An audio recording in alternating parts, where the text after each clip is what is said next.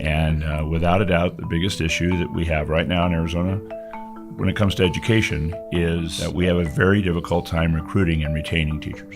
And of course, housing is a big part of that.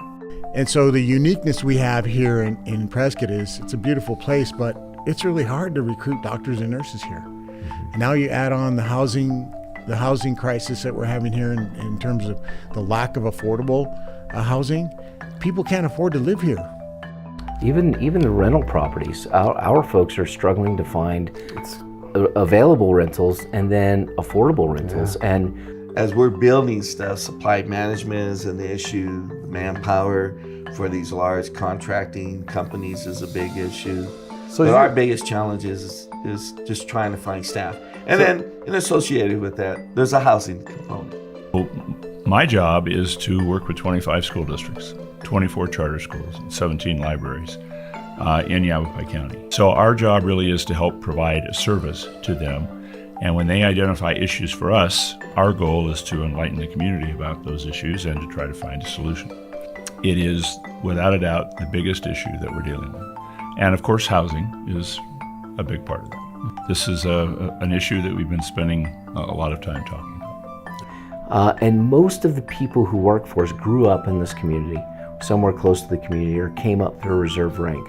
With the housing market and trying to find people that want to serve communities anymore, because we're just in a different time, we will end up hiring more people from outside of the area who don't know the culture and values of this community. Mm-hmm. And if they can't afford to live here, how do we get that engagement? How do we ensure that we don't lose that community connection and the culture that we're trying to build in the organization?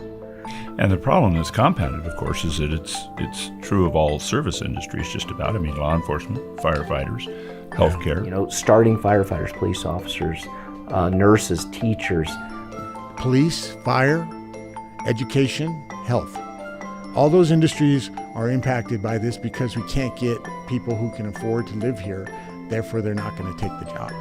All of those different groups that are trying to resolve a common issue. And unfortunately, we're competing against each other for those same houses.